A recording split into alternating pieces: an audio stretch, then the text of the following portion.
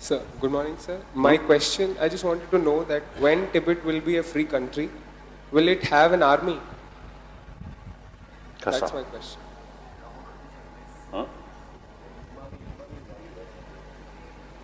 Okay. Oh, good details. When Tibet will be free, right? Nobody knows.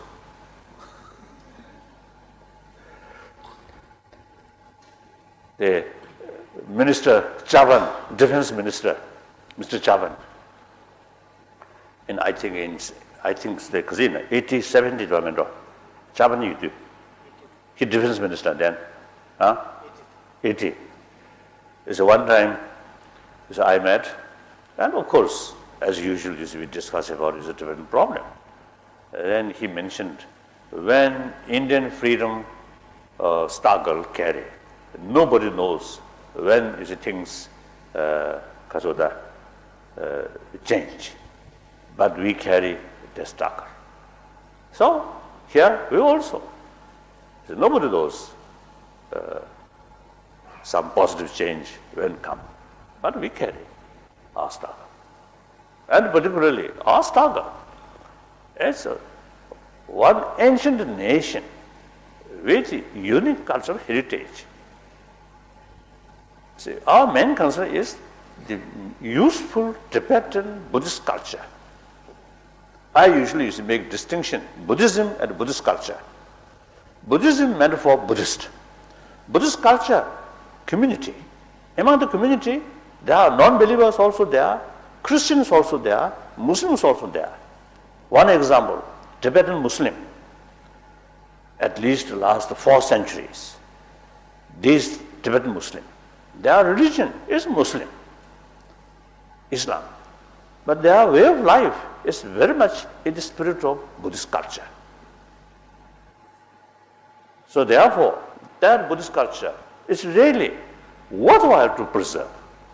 And now, last 2 years, I met a number of Chinese intellectuals, at least a few hundred of them. Many of them come from mainland China.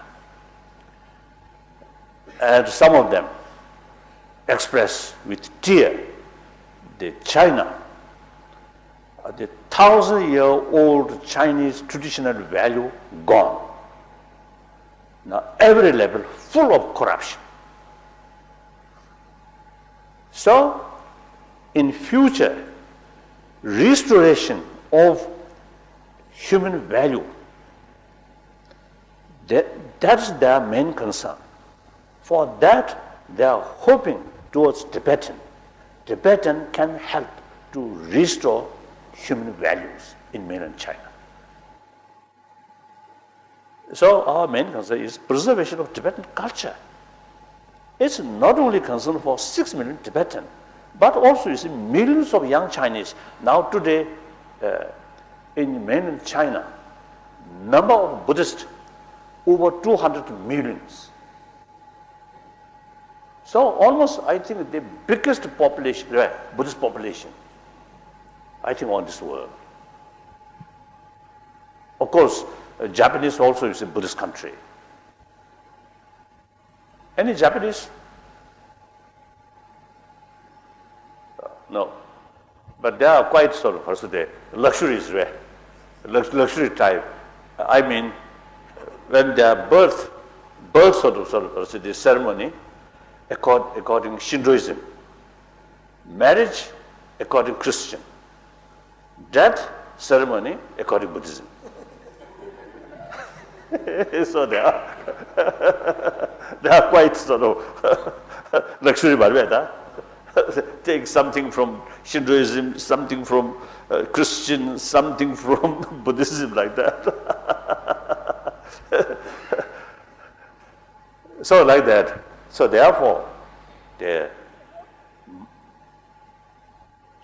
after all, when I teach or express like Palestine problem, I always mention the Palestine, particularly Hamas site,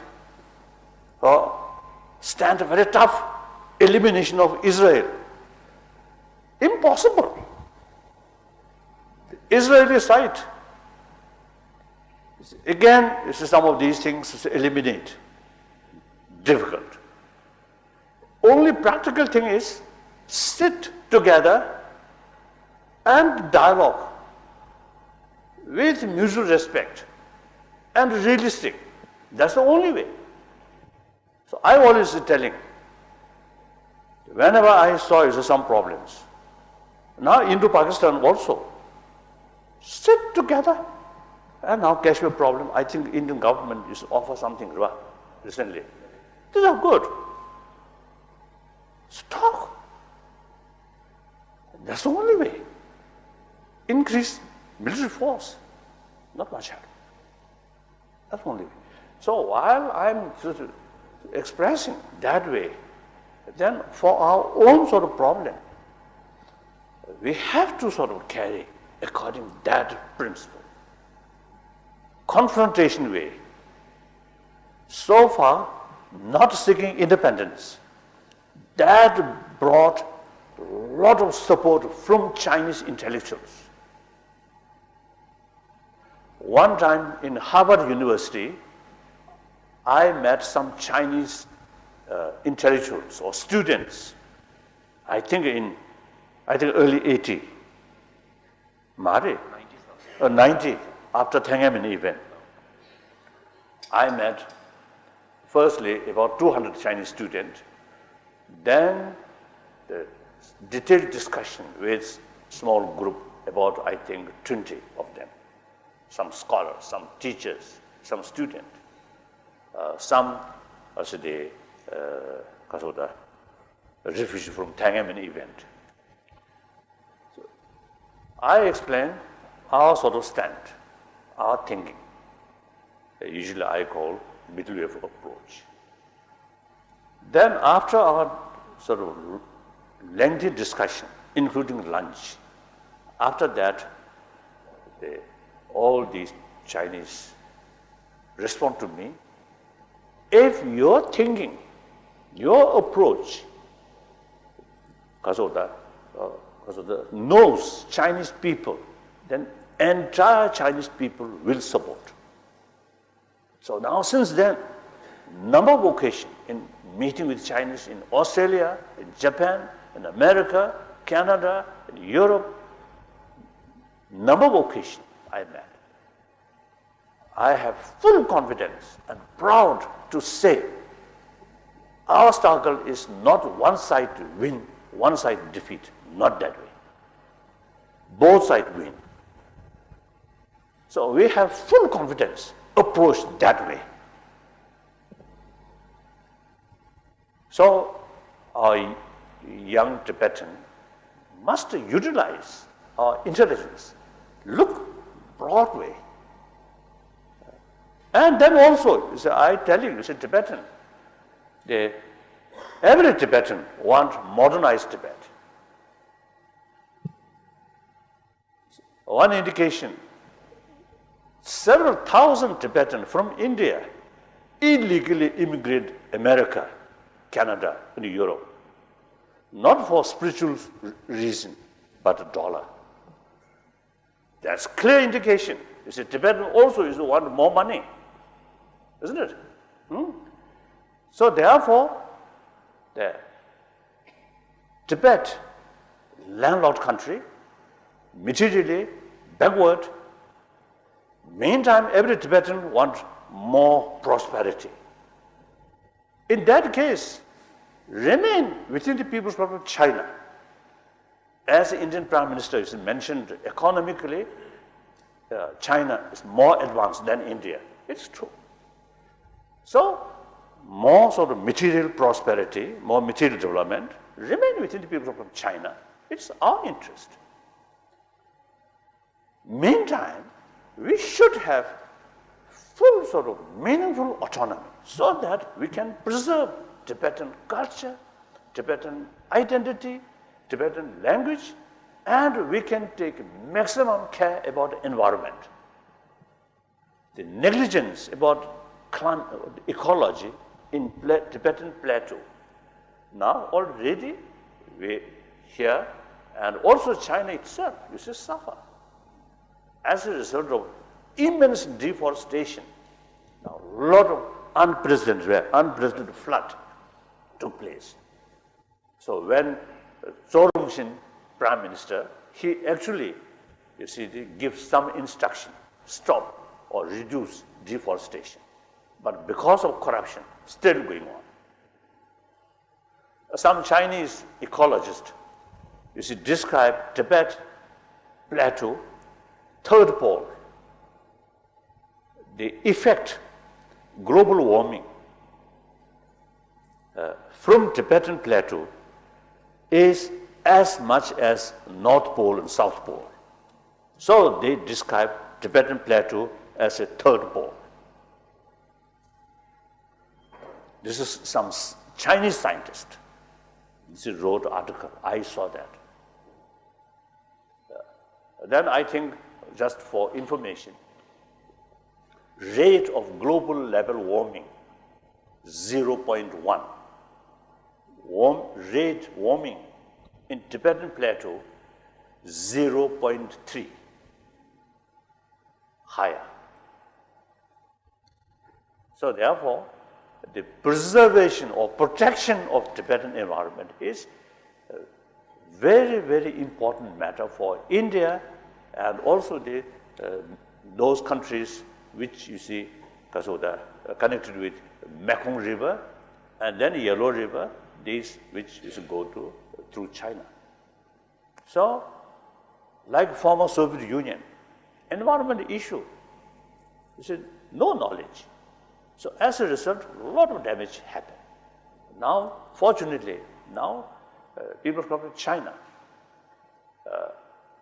now paying some attention about preservation of ecology. But still, you see, they consider their national interest priority than global interest. So Copenhagen summit failed. Now this time America really, you see, make effort, but with the combination India and China, I think, frankly speaking, the Chinese government, I think, manipulate India. So these are clearly, so these shows these effective big nations, they take their national interest is priority than global interest. So that's unfortunate. So again, these are lack of long-sighted way, far-sighted. If global warming continuously increase in this way, everybody, every nation will suffer. So I always telling Chinese friend, no matter how powerful People's Republic of China, still part of the world. So Chinese government have to go according world trend. That's the only future of China, right? Future of China. World trend, more open, more transparent, and China go different way. It's unrealistic. What do you think? You agree? Thank you. Thank you, like that. We are not seeking independence of Tibet. We, like Tibetan youth organization, they fight for independence. Right from the beginning, I telling them, you are carrying our right, our sort of way of struggle, way of approach is immediate Tibet. The things are really desperate. One party secretary of autonomous region of Tibet, about, I think, more than 10 years ago, one occasion at a party meeting, he actually mentioned ultimate source of threat Tibet being separate from mainland China is Tibetan Buddhist faith. So accordingly, they intensified restriction, some cases total ban, study about Buddhism, or even the school book, every word which can signify Buddhism omit. Now, last year I heard one information. Some Chinese authority in autonomous region of Tibet, they are thinking these big monasteries,